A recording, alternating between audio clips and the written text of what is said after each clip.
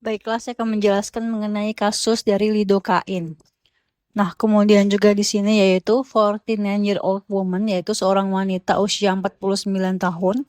Chief complaint yaitu squeezing chest pain with profuse sweating for 2 hours, yaitu keluhan utama adalah nyeri dada seperti tertekan plus keringat banyak selama 2 jam. Pas history yaitu diet control type 2 diabetes mellitus, yaitu riwayat penyakit adalah diabetes mellitus tipe 2 atau terkontrol dengan diet. EKG findings yaitu ST segment elevation in leads, yaitu elevasi segmen ST pada sadapan 1 AVL V1 sampai V4.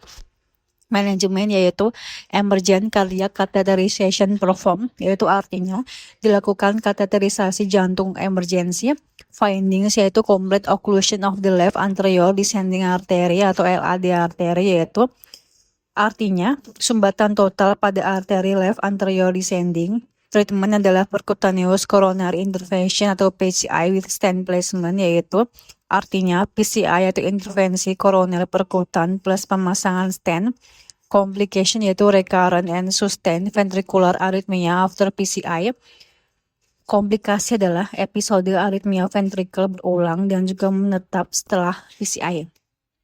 Treatment clue yaitu petunjuk terapi antiarrhythmic agent use, diberikan obat antiarrhythmia preferentially binds rapidly depolarizing and ischemic ventricular myocardial fibers, artinya adalah mengikat terutama pada serabut myocard ventricle yang ischemic dan juga mengalami depolarisasi cepat. Has minimal effect on normal ventricular myocardium, yaitu memiliki efek minimal pada myocard di ventricle normal. Which of the following agent was most likely used in this patient, yaitu obat manakah yang paling mungkin diberikan pada pasien ini? A. Adenosine, B. Digoxin, C. Diltiazem, D. Butylate, E. Lidocaine, F. Metoprolol, G. Procainamide.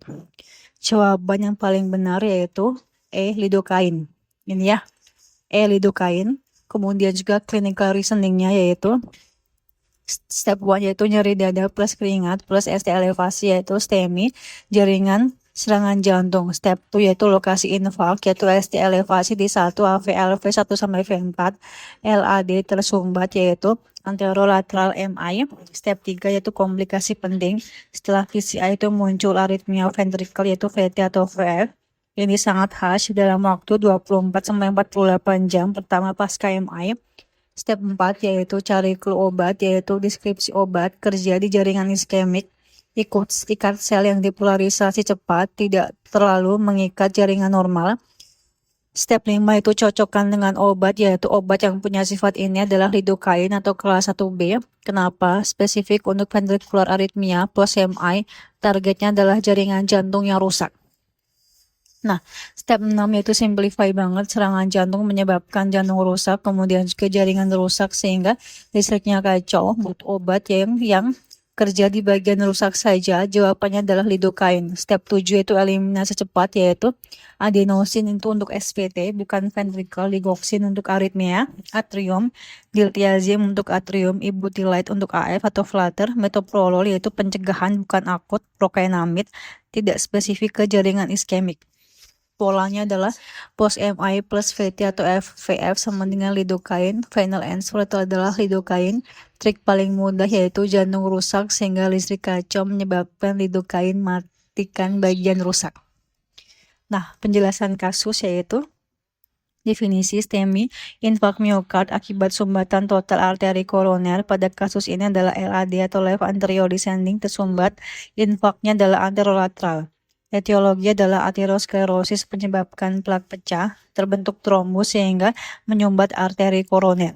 Patogenesis yaitu adanya sumbatan arteri koroner menyebabkan otot jantung kekurangan oksigen atau iskemia sehingga menyebabkan sel jantung rusak sehingga terjadi juga gangguan listrik jantung menyebabkan aritmia ventricle. Patofisiologi adalah jaringan jantung yang iskemik yaitu membran jadi kurang negatif atau depolarisasi parsial.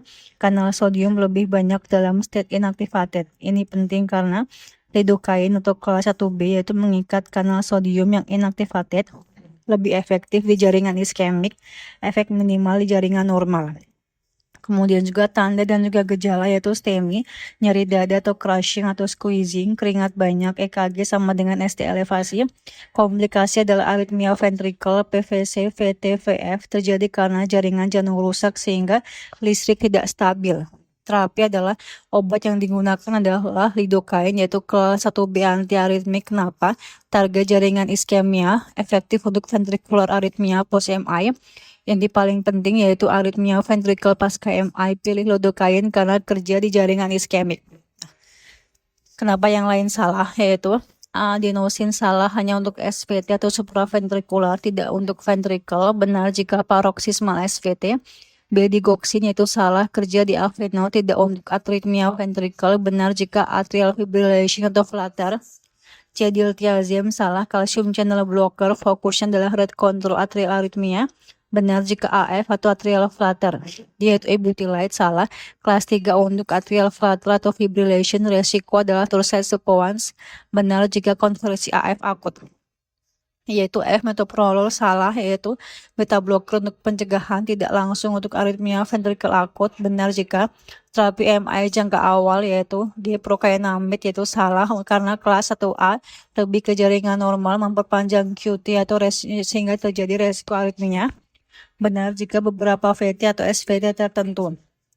Trik hafal adalah post-MI plus VT sama dengan lidocaine, IB sama dengan ischemic binding, bonus yaitu kelas 1 antiaritmia, 1A adalah moderate, 1B adalah ischemic tissue, 1C adalah strong yaitu dangerous post-MI.